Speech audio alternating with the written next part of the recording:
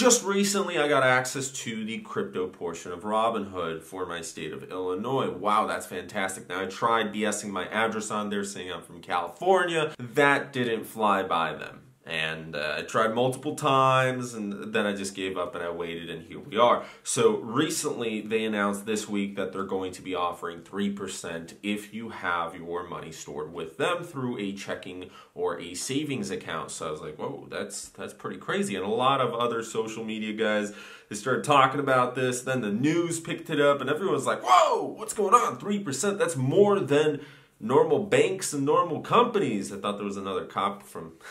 yesterday there was, anyways, 3% is a lot. It's pretty shocking. It's higher than the competition. So even if it's only a little bit above, if you're talking about hundreds of thousands of dollars, it does make a large difference in your portfolio. And Robinhood's a pretty good company for the most part, other than the fact that you had to wait forever. But it shows that there's a lot of interest in it. And sure, I understand with cryptocurrencies, there's so much regulation and it varies from state to state with all these laws. So let's get into this, dissect it. There is a caveat with putting your money into Robinhood checkings and savings when you get it. So here's what you have to watch out for. My name is Michael Kubera. Let's get into it.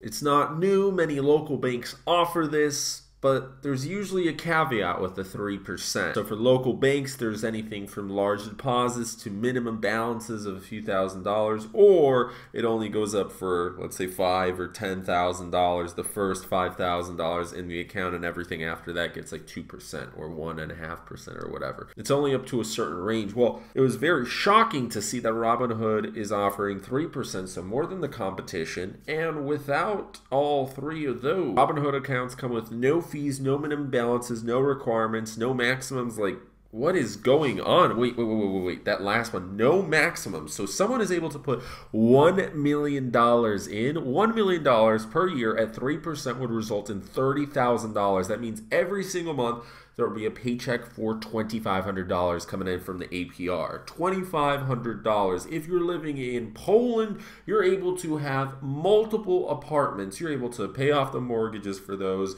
And with Airbnb, boom, you're chilling on a 5-figure salary just from that one slight investment. Holy moly. Oh, the millionaires are very happy to see this, and the millionaires have zero care for throwing in $1 million if they have $1 million in gold, $1 million in crypto, $1 million in stocks, $1 million in whatever else, right? For them, the risk factor has been taken out of this, because for the average Joe, the main problem, there is one very large caveat, and that's why we're making this video, is that there is a decent amount of risk with this, and that's why we're on their website in the background here. So Robinhood is a great app. I understand that, for Illinois, things took quite a while. It's politics and whatever, but I finally got access to their cryptocurrency feature, and it seems like, I'm going to get access to this, even though I'm positioned 600-something thousand. It's going to take probably another year. But Robinhood commission-free stock trading, well, that was shocking to the world as well. They've got awesome service. They've been very good at stocks. But there's a couple problems with this. Their payments are paid out also on a daily basis compared to other applications, Ally Bank or PNC Bank or whatever. They're doing monthly basis stuff. So daily basis payments, like, what?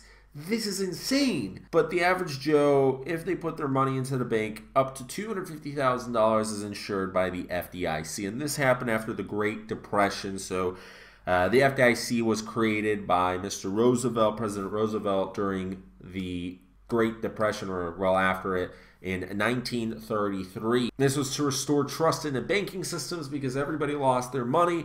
There was no jobs to be had, and people just didn't trust banks. So unless the government ensured that you are going to get your money up to $250,000 US, which at the time, you have to remember, at the time that this was made, that was like $1 million in today's money, or even more maybe. And still, this is a lot of money. If you have multiple accounts, well, hey, you're able to spread out your million. The big catch here, though, is that this is for banks. The FDIC insures banks. Robinhood is not a bank. It's a brokerage. So you're able to put money into your checkings and savings accounts, and then you're able to invest with that into stocks or cryptocurrencies, and that's really cool.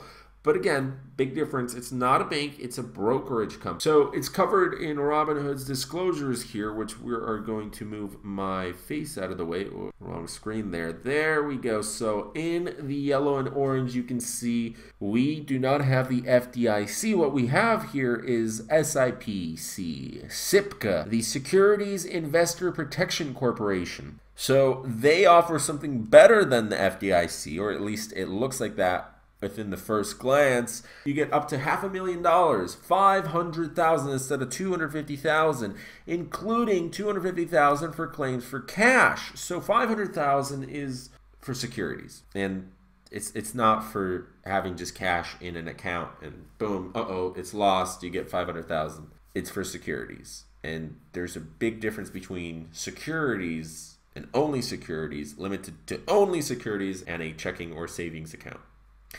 So this FDIC and SIPC difference is what could make you lose all your money. That is the risk. That is what Robinhood is paying you 3% for.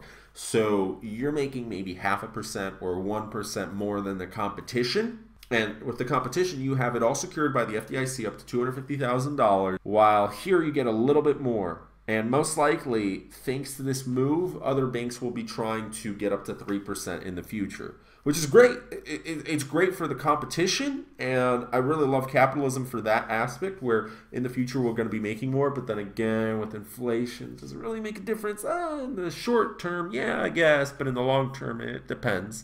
A lot of variables. So what does SIPC, it's a nonprofit membership corporation, what does that offer you that Robinhood is so proud of? Well, if the brokerage fails, for example, Robinhood just, boom, suddenly disappears, you can get your money back if it's invested in securities. So if they shut down a stores like Lehman Brothers, those customers were getting up to $92.2 billion back. And that was during 2008, 2009. SIPC would not insure checkings or savings accounts because their purpose is to protect cash that's only for the limited purpose of purchasing securities. Cash deposited for other reasons would not be protected, wrote the President and Chief Executive Officer, Stephen P. Hartbeck of SIPC. Robinhood says that the checkings and savings products are technically part of the brokerage accounts. Technically? What kind of word is that? They technically should be covered. They can buy stocks and assets with the money in the accounts. And it's true, but the argument does have holes in it. Whether SIPC agrees with this, hey, who knows? I mean, in times of crisis, you will find out. But there's a chance that SIPC may not pay out. And sure, on a technicality, money that you put into your checkings or savings accounts, you're able to, purchase some stocks or crypto later on with it through the Robinhood app. But SIPC may be like, well, hold on a sec. So if you have $250,000 and SIPC decides, or even up to $500,000, because that's what's in your head, and you're like, ha, SIPC's got me up to $500,000 right there, and suddenly you lose it, and you want your money back, and SIPC says, no, you're out $500,000. So we were discussing about banks. What is a bank exactly, and how do they make their money? Banks make money by investing in higher yielding investments, or they use the loans as collateral. They're also selling you on the back end. They're going to offer their customers anything from credits, personal loans, mortgages, all this stuff that, hey, the really successful ones, they start a family and everybody's under the same packages. The bank is making money off of you for generations. Great. Robinhood says they're going to invest the cash from this into low-risk assets such as U.S. Treasuries. So that's going to be below 3% payout. And there's another risk factor to this, but this sort of makes sense from a business aspect where there's a difference of 0.22%. So at 2.78% interest, they're going to be making that with the cash that you throw in, unless they're making other low-risk investments, which we don't know about, maybe. This means that Robinhood will be running at a loss of 0.22% per customer. And maybe that's a customer acquisition fee right there. Maybe this is how much they believe a customer is worth to them. In the long run, maybe they're hoping for a larger consumer base.